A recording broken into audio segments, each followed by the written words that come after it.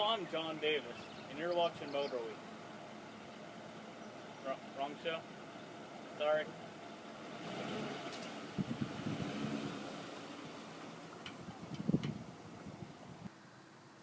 Hey gang, so you're probably looking at this truck going what happened?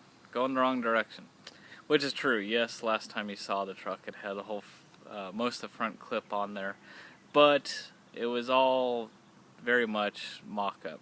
So, tore it down, made the inner fenders and radiator support the way I wanted them to be, and that's just part of the mock-up stage. I guarantee I think I can take one of these front ends completely apart in 10 minutes now. This front end's been on and off so many times. But I just thought it'd be fair to show you how I did mine and what all's involved. So here's how I did it.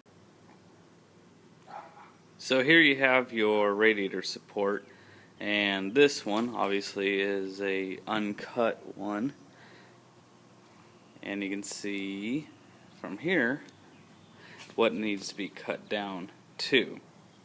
Now the black tape that you see on there, what that is putting the metal back, because I had cut too much metal out.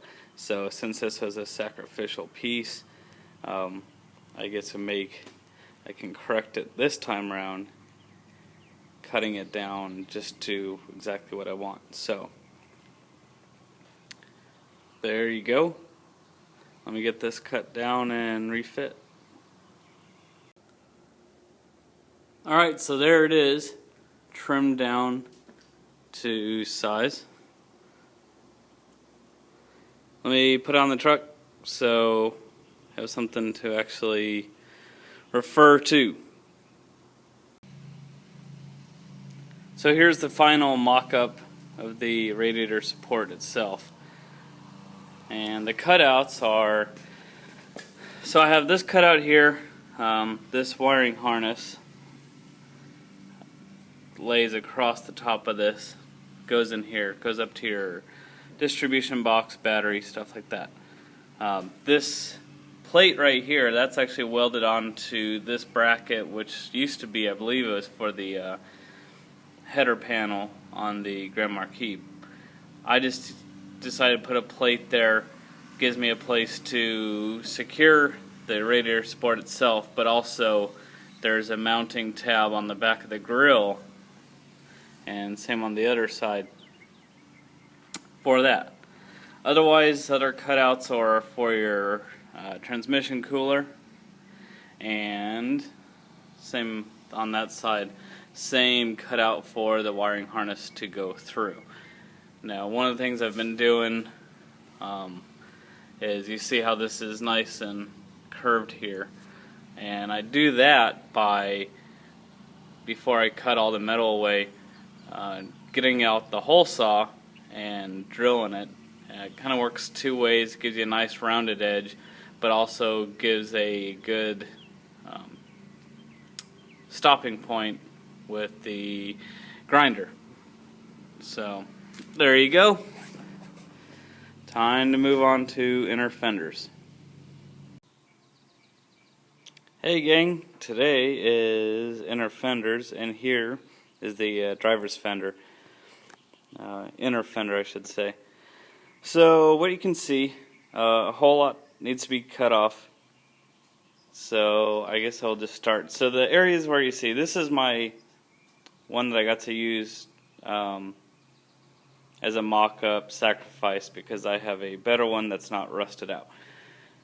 And where you see tape is, again, holes that need to be filled or metal that needs to go back, because I got too carried away when I was cutting and realized afterwards that I didn't need to cut that out. I think it's good to try to keep as much as this you can, because the whole purpose of this is to keep water and stones and everything else contained inside the fender well. So anyway, a couple things. So you're going to have to cut, well, first off, if you look at the two, you'll see that pretty much if you can see where that rectangle is, that hump right there, is the same one as here. So along this line, I cut it off there. We'll need to cut a section out right there. That is for your anti-skid control valve. So you got this here, that whole thing, and a lot of it's just for that harness right there. Because if you don't cut it, it really mashes this down, and I just don't like putting the stress on there. Plus, you're going to need a place for this whole harness to go up and in. So that will actually be opened up more on this side. Then also, you'll have to have a big hole for your power brake, or your master cylinder and power brake booster. That square is for your center plug to go into the ECU, because it comes out from the firewall, and for it to go up and over is too short. So cutting that through lets it plug in, and this, I'm going to narrow it up. That is for the ECU mounting bracket, this piece here. So that drops in. I'm going to have a tab underneath to bolt it to. So there's my ECU. And that is it. So I will get this trimmed to size and see if I can make it cleaner and filled out better. Alright, here it is, trimmed down and installed. Let me show you what I ended up with. As far as clearance, it's really hard to tell, but good clearance on the frame rail and that anti-skid valve and bracket. So this is a new addition. What this piece here is, I'm not using the big bulky box. Instead, I have a pipe which has your mass airflow sensor in it, and then on this side of it is a cone type of air filter. So I just made this bracket as a cradle for it to rest on, and mounted my ECU. And as far as the master cylinder goes, or brake booster, it's super tight. I'm gonna have to clear it a little bit more. There's barely, it's touching just a tiny bit, but I want to get good clearance on it because I don't want it rubbing on there. It would just be a squeaky nightmare. And then this hole here for your where the power comes to the firewall, and that wiring, a couple of harnesses go through. Underneath, so here's how it looks. Again, that hole there for the harness to come through, your anti-skid valve, and then on back, see it clears everything real nice. And this I kept this time. You've got this will actually go back further, because here's this factory rubber piece. Obviously need a new one, so but it attaches to keep that there. Again, just trying to keep as much here to keep water and road debris contained within the engine well, or fender well. Okay, then up top, here's that bracket I made to attach the ECU, and there is probably the most important ground you'll need, because without that grounded, you get absolutely nothing. So, and that bolt again is for the additional ECU mount. So, there we go.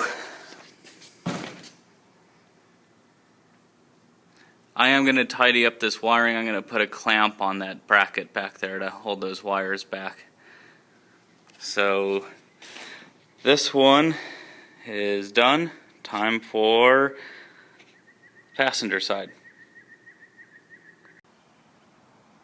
Alright, so this side, the passenger side, much more simplified. Again, here's the mock-up one, and really you don't have to take a whole lot off of this. The only provisions you have to make in here is cutting 3 slots for your electrical distribution panel, and then otherwise it's just a simple trim.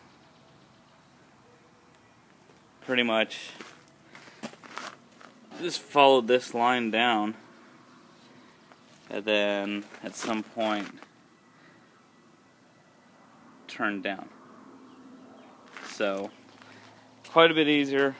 This one seems to be shaped a little bit different. I don't know why. I guess I'll find out when I go to fit it after I cut it. So here we go.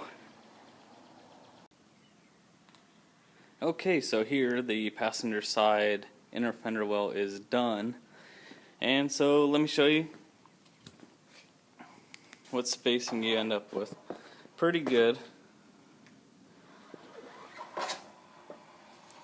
Really hard to show you what I'm looking for, but plenty of room on the engine, and the hoses and cables and stuff. They're not crimped or pinched off anywhere.